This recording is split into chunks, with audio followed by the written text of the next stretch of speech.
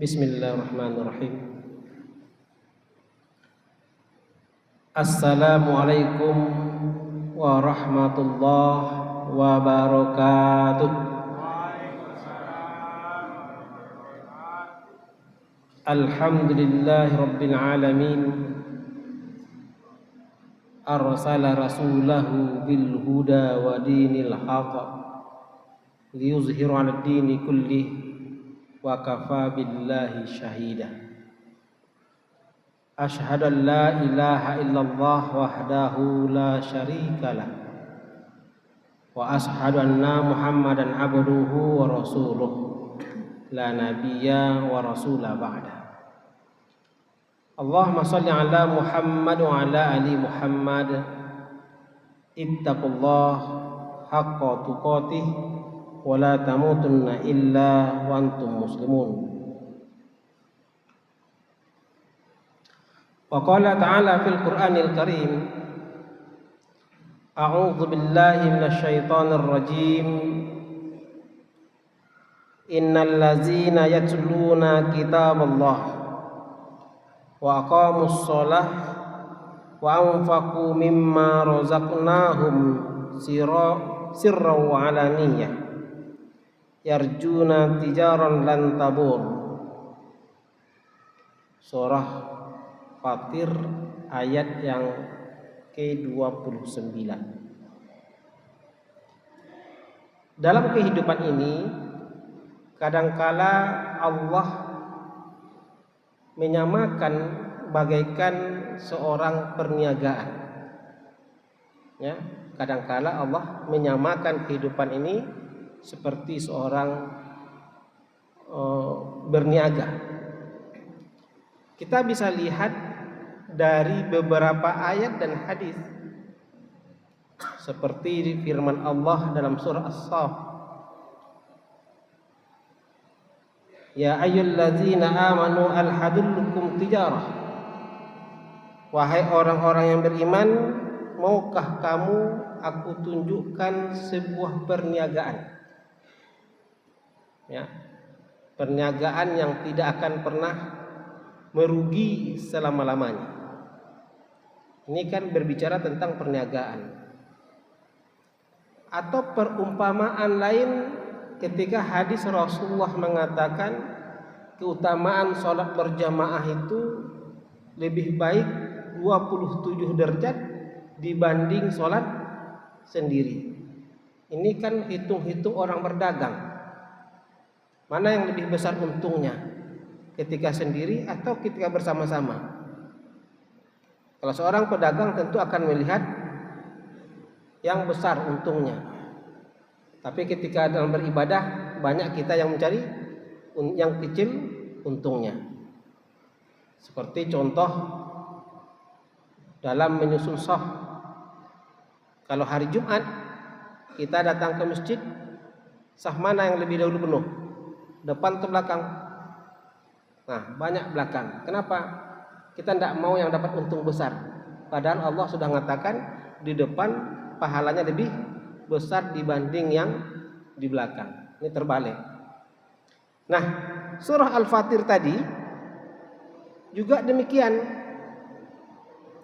Allah menawarkan 3 bentuk perniagaan. Apabila ketiga ini kita lakukan dalam keseharian kita, maka Allah katakan yarjuna tijaran lan tabur. Maka orang yang melakukan 3 hal ini, dia tidak akan pernah merugi selama-lamanya, baik di atas dunia apalagi di akhirat kelak. Apa yang 3 itu? Yang pertama adalah yatluna kitaballah. Suka dia membaca kitab Allah, membaca Al-Quran maksudnya. Suka dia. Dia sisihkan waktunya dalam sehari semalam itu agak beberapa menit secara rutin. Dia membaca Al-Quran bukan pada waktu yang ada, tapi bagaimana mengadakan waktu untuk membaca Al-Quran. Hari ini sebagian besar umat yakin sepenuh hati akan kebenaran Al-Quran. Yakin dengan keyakinan yang besar bahwasanya apapun yang dikatakan Al-Quran itu benar. Yakin dengan sepenuh hati bahwasanya yang dikatakan Al-Quran salah itu ya salah. Kemudian yakin dia ketika membaca Al-Quran ada ketenangan batin, ada ketenangan jiwa. Namun yakin tadi hanya tinggal di lidah, tidak sampai dalam perbuatan, tidak sampai dalam pembuktian. Dari mana bisa kita melihat? Hampir sebagian besar kaum muslimin tidak punya waktu untuk membaca Al-Quran. Tak ada waktu dia, sibuk.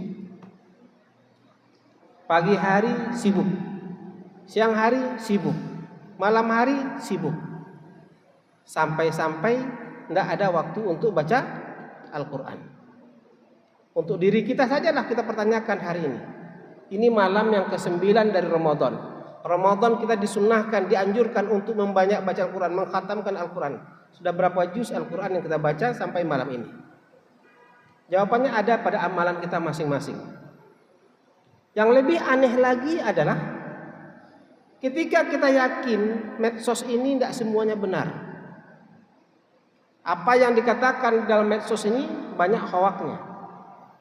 Bahkan kadangkala ketika kita membacanya sering membuat kepala kita pusing, sering membuat kita emosi ketika membaca berita di medsos. Sering ketika kita membaca di medsos caci maki yang keluar dari mulut kita. Tapi anehnya kita terus mengulang diri untuk membaca media di medsos ini. Kita merasa tertinggal kalau tidak mengikuti berita di medsos. Tetapi kita tidak pernah khawatir sedikit pun kita ditinggalkan Allah ketika kita tidak berkenalan, tidak berdekatan dengan Al-Quran. Maka untuk mendapatkan ketenangan jiwa, ketenangan batin, keberuntungan di dunia dan apalagi di akhirat, yang pertama yang mesti kita rutinkan dalam keseharian kita adalah sisihkan waktu untuk membaca Al-Quran. Yang pertama. Yang kedua, kata Allah dalam surah Fatir juga adalah wa aqamus shalah, dirikan salat, jaga salat, ya, jaga salat yang 5 waktu minimal, salat fardu, zuhur, asar, maghrib, isya, subuh, ini jaga.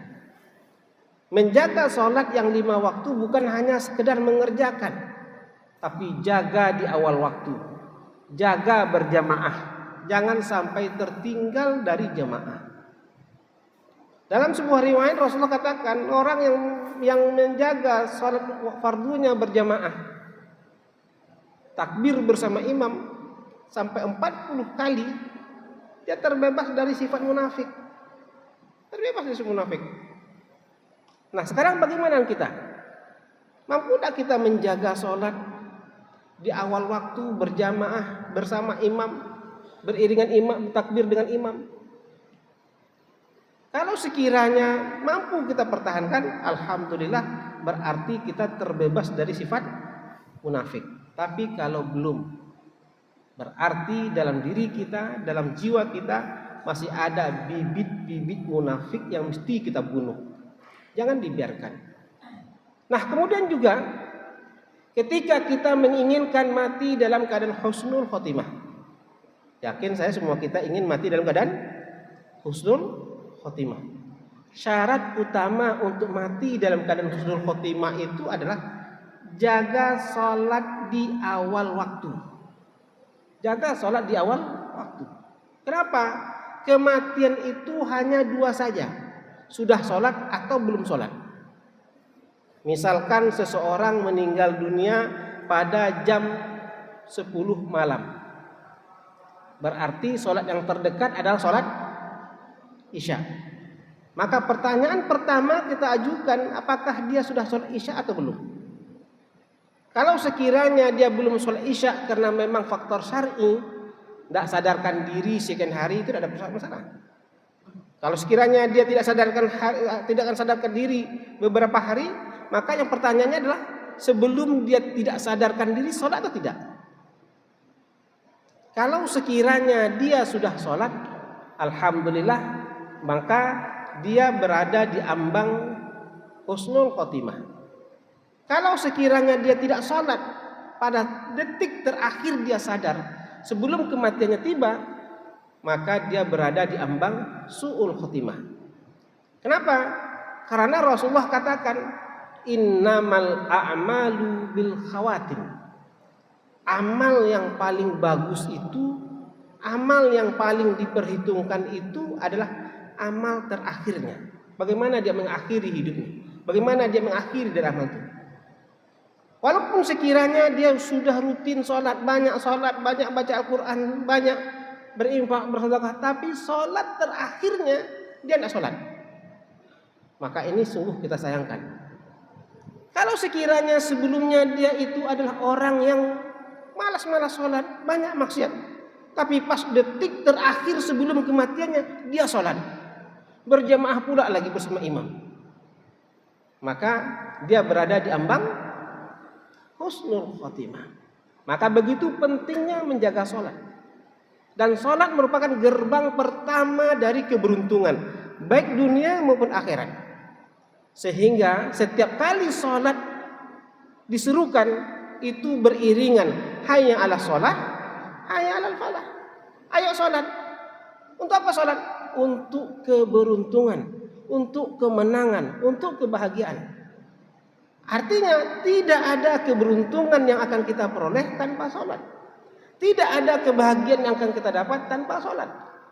Kalaupun ada orang merasa beruntung sementara dia tidak sholat, ada orang yang merasa bahagia sementara dia tidak sholat, maka ketahuilah itu keberuntungan yang semu, kebahagiaan yang semu.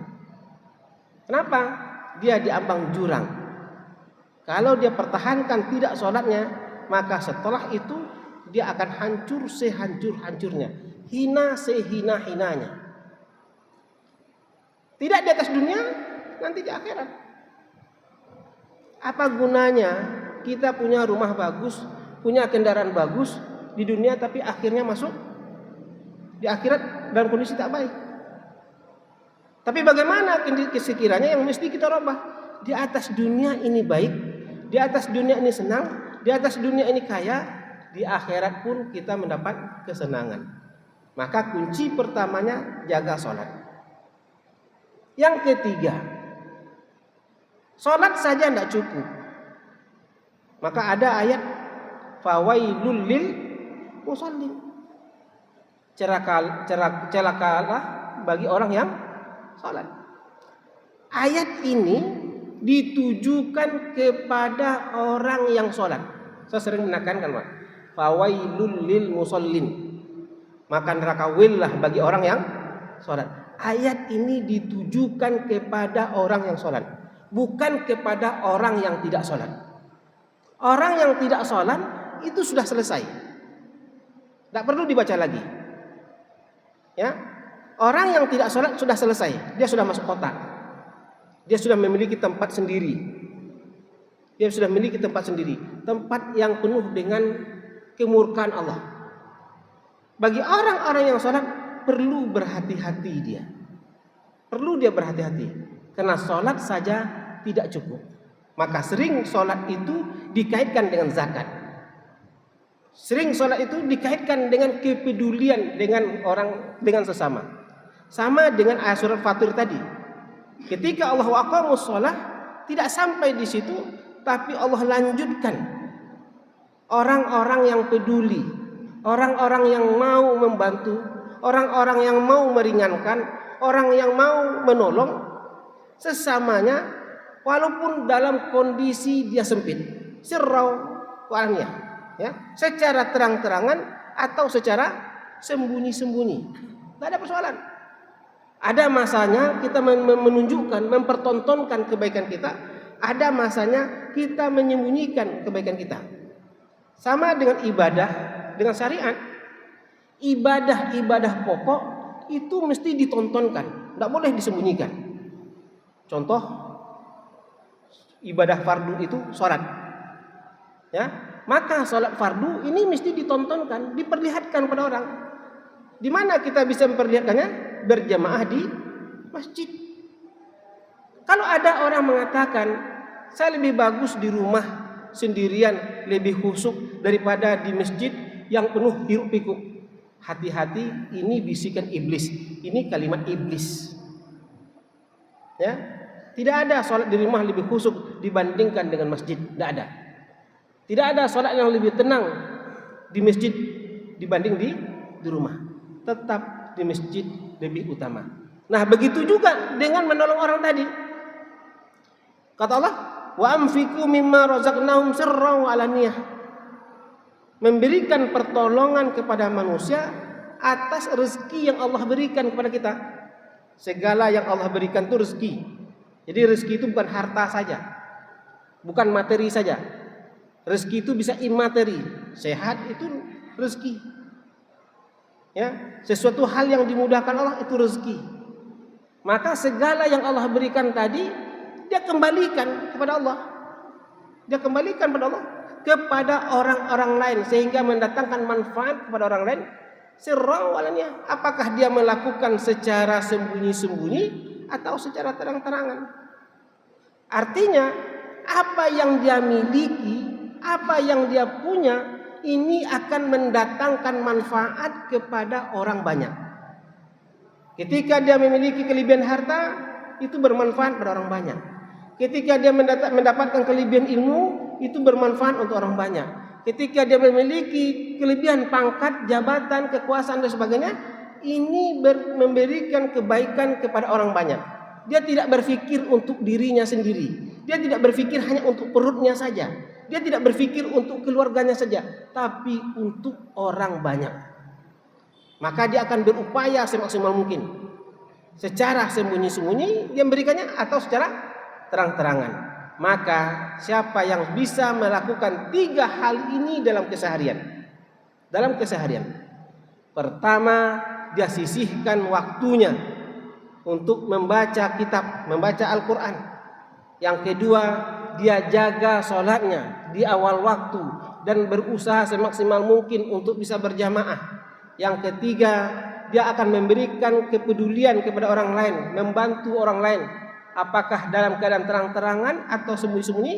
Maka Allah katakan, yarjuna tijaran lan tabur. Orang-orang seperti ini akan mendapat keberuntungan yang tidak akan pernah merugi selama-lamanya. Tidak akan pernah merugi selamanya. Bahkan pada ayat berikutnya, ya, pada ayat yang ke-30 itu Allah katakan akan Allah sempurnakan balasannya, akan Allah sempurnakan imbalannya nanti ketika tidak ada pertolongan, ketika tidak ada bantuan, ketika tidak ada syafaat, maka ketika itu Allah akan menolongnya. Kapan itu? Pertama, ketika sakaratul maut. Ketika sakaratul maut itu tidak ada yang bisa menolong itu. Tidak bisa orang membantu. Paling-paling ada orang yang membisikkan la ilaha illallah. Tapi dia tidak akan bisa mengucapkan kalimah la ilallah tanpa bantuan Allah. Maka Allah mudahkan baginya untuk mengucap kalimah la ilaha illallah. Yang kedua, ketika di alam barzah, ketika datang malaikat bertanya, siapa Tuhanmu, siapa nabimu, apa kitabmu, apa agamamu?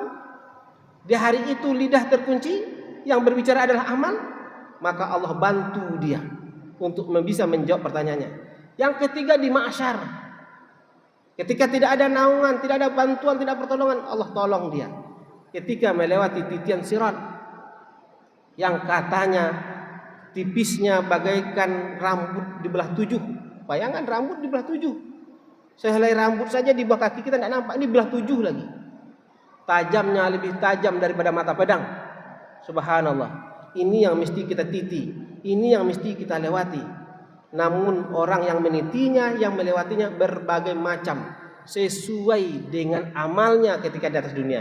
Maka kalau kita menjaga yang 3 tadi, maka melewati titian sirat itu bagaikan jalan di jalan tol yang mulus. Bisa berlari kita, berlari dengan kencangnya. Siapa yang bisa membantu? Allah yang menolongnya.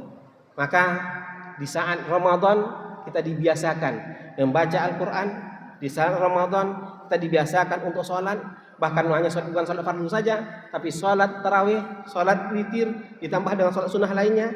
Kemudian di bulan Ramadan kita diimbau untuk banyak-banyak berinfak, banyak-banyak bersedekah, peduli dengan anak yatim, peduli dengan fakir miskin, dan sebagainya. Ini adalah wadah pembiasaan agar 3 amalan utama tadi bisa kita praktekkan, kita biasakan dalam keseharian kita.